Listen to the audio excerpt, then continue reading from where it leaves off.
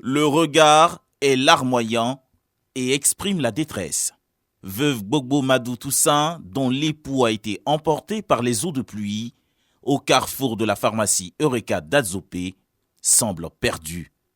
Et avec elle, toutes les victimes des pluies diluviennes qui se sont abattues sur plusieurs jours sur le département d'Adzopé.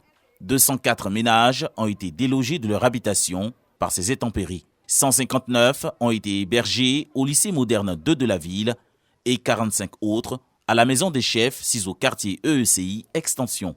Atseya Piarsen, porte-parole des victimes, a salué la solidarité des autorités locales et nationales à leur égard. Même Dieu sait et comment vous tendre la main pour vous sortir de l'abîme et vous permettre d'espérer. C'est en ce moment précis qu'il prend le visage humain et s'incarne en des personnalités. Une solidarité qui s'est traduite par les secours d'urgence qui se sont organisés sous la coupole du ministère de la Santé.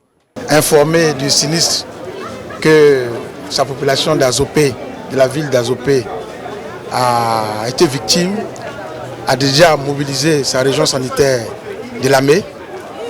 Il a engagé 50 agents et cadres de santé qui sont sur le site.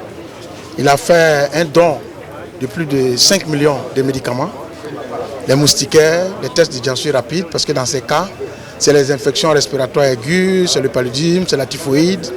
Et tous ceux qui sont sur le site ont été pris en charge gratuitement. La ministre de la Solidarité s'est rendue dans la capitale de Lamé pour apporter la compassion du gouvernement et soutenir les populations sinistrées. Au nom du président de la République, du vice-président et l'ensemble des membres du gouvernement, à leur tête, le Premier ministre Patrick Achi et votre fils, pour vous témoigner la compassion du gouvernement. Vous dit Yako, monsieur le secrétaire général représentant monsieur le préfet, nous allons vous demander avec votre comité mis en place, la cellule de crise, de rester en veille. La saison des pluies n'est pas encore terminée. Nous déplorons un mort.